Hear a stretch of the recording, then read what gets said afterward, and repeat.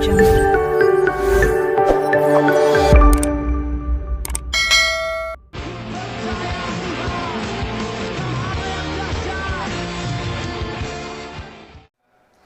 cara untuk kembali kepada hubungan dengan Tuhan. Yang pertama, bercakap kepada Tuhan setiap masa. Ekspresilah diri Anda. Nah, nyatakan, luahkan hati kamu pada Tuhan. Ya, speak to God. I don't know, saya tidak tahu berapa kerap kita bercakap dengan Tuhan. Adakah hanya masa ada kolomi di depan baru kita cakap dengan Tuhan? Terima kasih Tuhan, berkati kolomi ini, berkati makanan ini tengah hari, berkatilah makan dina ini. Adakah hanya itu kita masa kita cakap dengan Tuhan? Berbicaralah pada Tuhan, bercakap pada Tuhan bila-bila masa saja. Adakah sedang memandu, cakap sesuatu pada Tuhan. Terima kasih Tuhan Yesus, luahkan isi hati kamu, cakap dengan dia. Dia tahu. Bukan hanya doa kita selalu katakan, hanya kita boleh cakap dengan Tuhan semasa berdoa. Relationship is communication. Ya, kalau kita katakan bahwa kita ada hubungan dengan Tuhan, tidak pernah kita bercakap dengan Tuhan, ya, sesuatu yang kita boleh ubah hari ini. Speak to God. Speak to God. Say your heart. Express yourself. Ya, kepada Tuhan.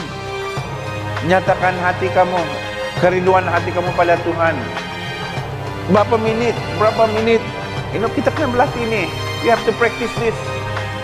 Kalau tidak, jangkal kita hanya datang pada Tuhan, masa tutup mata kita berdoa, Tuhan. Ya, talk to God. Amen. This is relationship. Kedua, membaca Alkitab. Wow, read your Bible. Decision dalam hidup ini, keputusan. Baca firman Tuhan ataupun main games lah. Baca firman Tuhan ataupun tak payah. Kita kena buat keputusan. Amen. Mau adakan hubungan Tuhan, tidak ada alasan untuk tidak baca Alkitab. Hanya iblis kata, tak payahlah. Ya.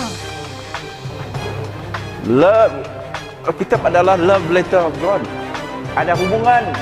Bacalah message dia, SMS Tuhan, message Tuhan. Namanya Alkitab. Saya boleh ubahkan dia. Bacalah message Tuhan. Amin. Bacalah WhatsApp Tuhan. Apa lagi?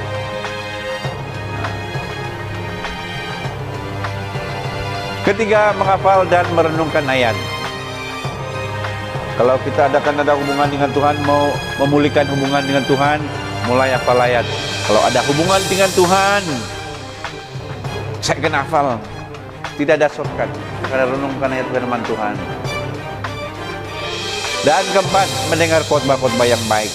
Tapi sebagai orang yang ada hubungan dengan Tuhan, karena Tuhan adalah segalanya bagi kita, kita tidak mau hanya melihat Tuhan jauh, orang lain yang menikmati kebaikan Tuhan, orang lain yang melihat mukjizat Tuhan, kita lihat dari jauh. Kita mau tapi tidak ada hubungan Tuhan. Kita perlu mendengar, buat keputusan lagi, tapi buat masa, buat waktu untuk mendengar. Tetapkan masa. Oke, ini sudah malam, sebelum tidur saya mendengar firman Tuhan. 1 hour ini sebelum tidur saya dengar firman Tuhan. Mesti buat satu planning. Oke, sebelum saya tidur jam ini demikian, saya buat masa ini hanya khusus 1 hari untuk dengar firman Tuhan saja. Dari jam berapa saya puasa dari dengar TV, saya tidak mau dengar TV, saya tidak mau lihat main game, saya tidak mau lihat YouTube. Khusus dalam jam ini, berapa jam menit ini, saya khususkan untuk mendengarkan khotbah. Amin. Masa jam ini paling bagus untuk dengar khotbah. Ya, masa on the way kamu pergi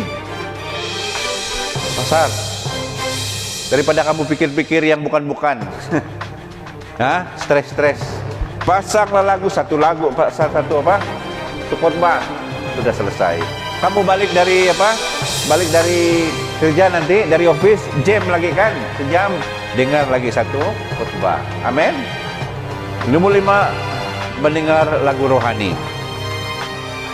Lagu rohani ini akan memberi ketenangan pada jiwa kamu, memberi ketenangan.